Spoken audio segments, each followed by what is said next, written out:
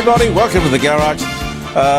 Next week, well, on Friday, jeremycordo.com from the dining room table as we live stream the Court of Public Opinion for 3 hours when you can ring in and talk about what you will. We have some interesting guests. Mark Aston is going to drop by. And this wonderful gentleman, he's 100 years old, fighter pilot during the Second World War. He's 100 years old and he's still playing tennis, and he's going to drop by and give us the benefit of his great wisdom. Because if you live to 100, can you imagine the things you've seen? And indeed, the wisdom you would have accumulated all that way. I'm looking forward to talking with him. I've been promising you that for a little while. His name's Harry Young, 100 years old, turned 100 years old on Tuesday. And I will be wearing this at the dining room table, and next week when I do the show here in the garage. How's Harriet, Pete? Oh, she's beautiful. So you go up there most mornings, and every morning, yeah. And this is kind of a forest. When I say forest, they're gums. Yeah. And it's just Australian bush up behind the house here, and Harriet, and dozens of other animals. I mean, I've seen wallabies and kangaroos and all sorts of things down. I just worry about them getting so close to the road. That's always a problem. Have you seen the baby? Yes, I've got some photos. Can you put them in? Yes, we'll take them on at the end. No, but put them in here. Okay, I'll do that. Okay. Okay. All right. I'll leave a gap.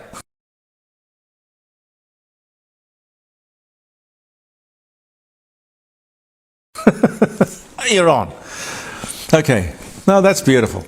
I'll get a chance when I see the playback to have a look. I can't do it here in real time, but I can imagine. You don't know whether it's a girl or a boy, do you? The baby? I won't know for a while. What's the difference? Apparently they have some difference on the nose. The males have more of a Roman nose, yeah, and the males have a dark stain down their chest, which is a scent. Really? Yeah, when they climb trees, yes, they leave the scent on the tree, yes, marking their territory basically. So they have a brown stain down. Is that for the ladies or just for the tree? Well, it's to tell other males, this is my tree. Well, I tell you what, that's a hell of a lot better than, rates and taxes and stamp duty and mortgages. Huh?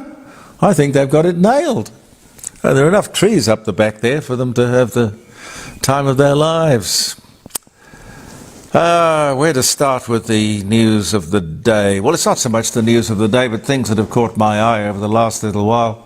I was talking to you yesterday about this crazy business where the government is prepared to say, well, if you're on the age pension, we'll let you earn another $4,000 without it affecting your pension. It's like a hide.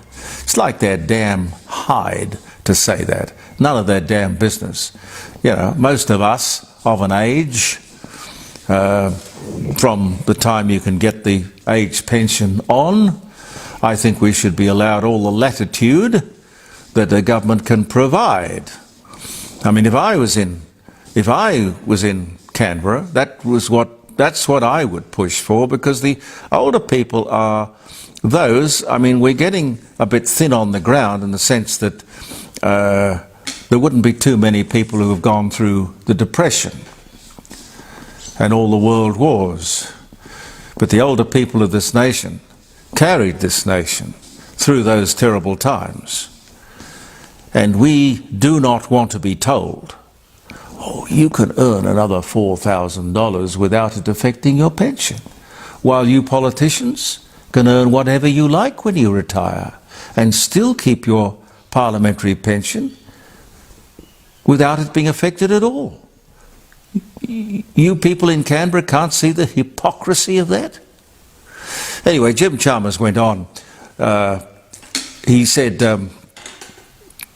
he wants, this is this white paper on employment. He said he wants, if I can get the words right, a well-paid job for everyone who wants one. Now that's good. That's good. I approve. You would approve. Everyone would approve. But could we take it a bit further? Just a bit? If you want one, right? If you want a job. Now, if you don't want a job, well, could I suggest, Treasurer, no welfare?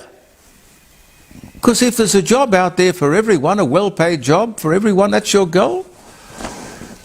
So if people don't want a job, why support those people who don't want to work? Yet you're quite happy to penalise aged pensioners who do want to work. God help me. That's not my kind of socialism, I can tell you. Anthony Albanese says if the Voice gets up, he wants a meeting with the opposition, in fact, a joint party meeting. Now, they don't come along all the time. They're pretty rare. A joint party meeting where both sides of the House come together with all of the independents to determine, this is what he wants to do, he wants this joint party meeting to determine how the Voice will work, how it will happen. Now, think about that, ladies and gentlemen. He is asking us to vote for something that he is going to decide upon much later. He has no idea. He wants us to vote on something that he has no idea about. A meeting with the opposition and other members of Parliament to determine how this is going to look. It's a bit late. He's making this up as he goes. But you know, that's not the crime. The real crime is that, number one, he might get away with it, but number two, he thinks he will get away with it. He is admitting that he's asking people to vote for something that is simply a pie in the sky. Oh, don't worry about it. We'll fill in the details later, and because it's a joint party, joint house sitting, it'll be fine, it'll be fair, it'll be good. I think this is quite, in political terms, unbelievable and unprecedented.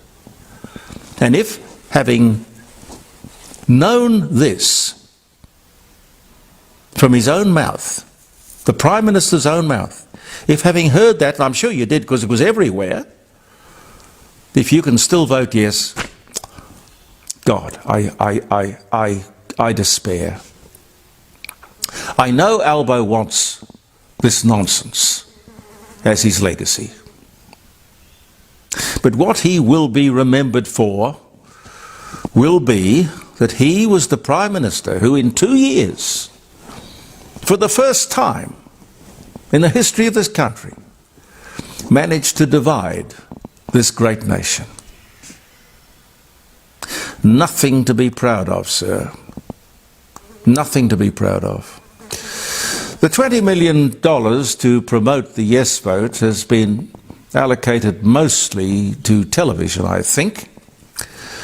It is, I think, largely wasted money. The reason being that the ad featuring a small Aboriginal child and probably this fly, this little boy asks the question, will I be able to go to a good school? Will I be able to get a job? Will I be this? Will I be that? Of course, my son, it's there for you right now. The thing is, Aboriginal people are more advantaged, as I told you, I think, on Monday, than white people. simply by virtue of the dollars that are provided for every man, woman and child.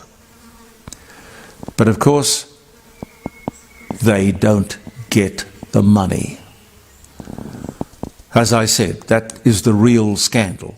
That's what the television commercials should be all about, should be dedicated to. Why am I not being given the advantage that Australia is providing for me? That should be the ad. But no.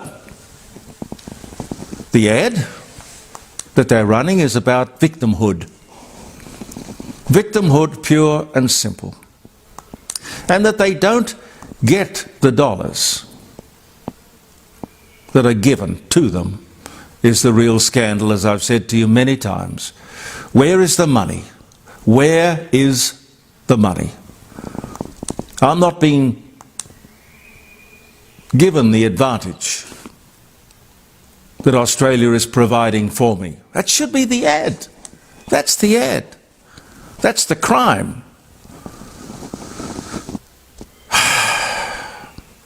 And as for the ABC, they have gone all out to get this voice up. They have thrown every vestige of impartiality out the window.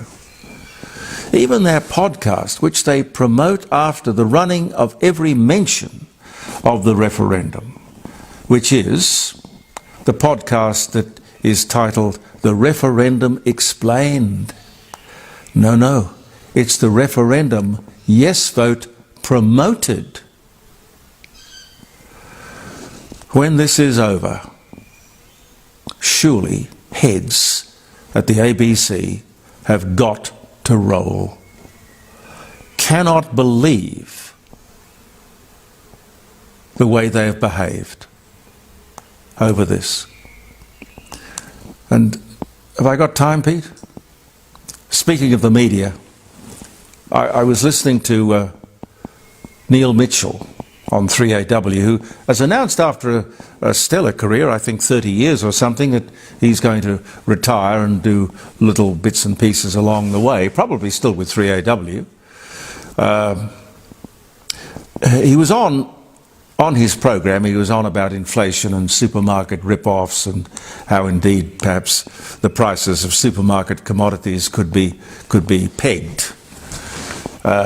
Anyway, it was about inflation generally. Anyway, I rang to pass on the idea that I mentioned to you a couple of weeks ago, and that is that you can fix inflation very quickly simply by making it tax deductible.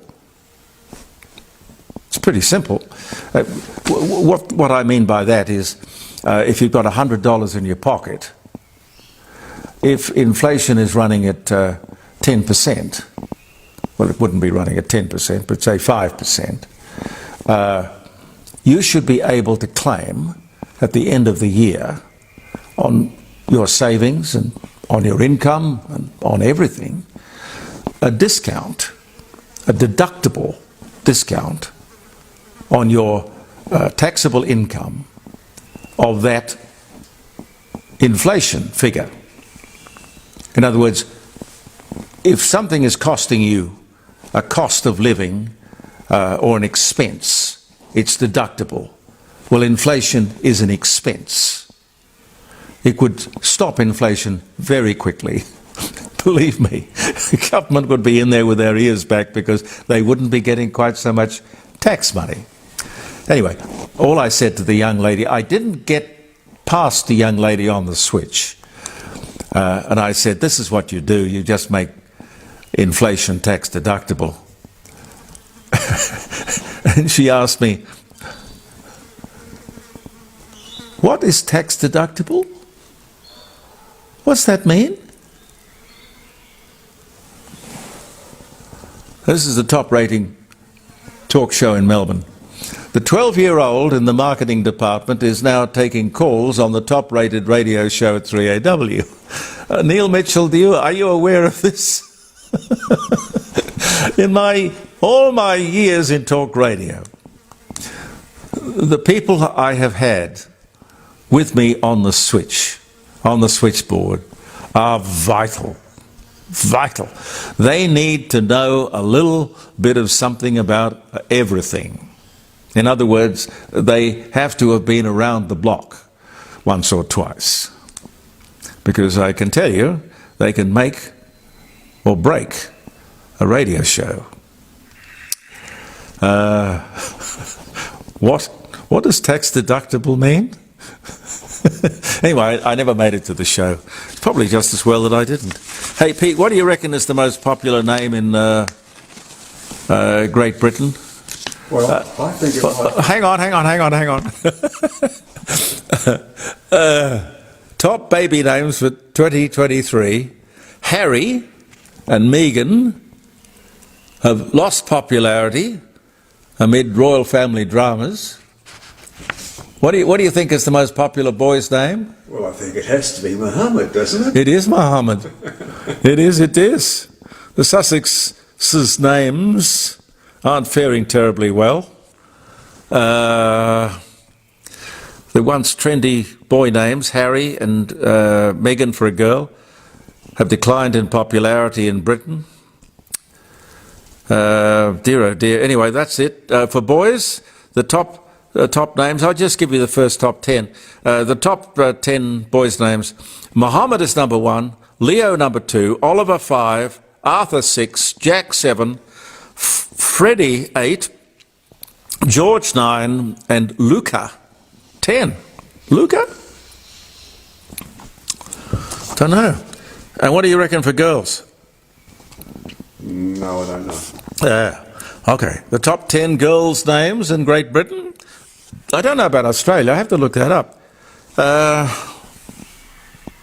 Lily. Lily is number 1. Number 2, Sophia. 3, Olivia. Amelia, 4. Freya, 5. Aria, 6. Eva, 7. Isabella, 8. Isla, 9. And Mila, 10. Well, there you go, folks. Do. Now, happy birthday if you're having a birthday. Happy wedding anniversary. 28th of September.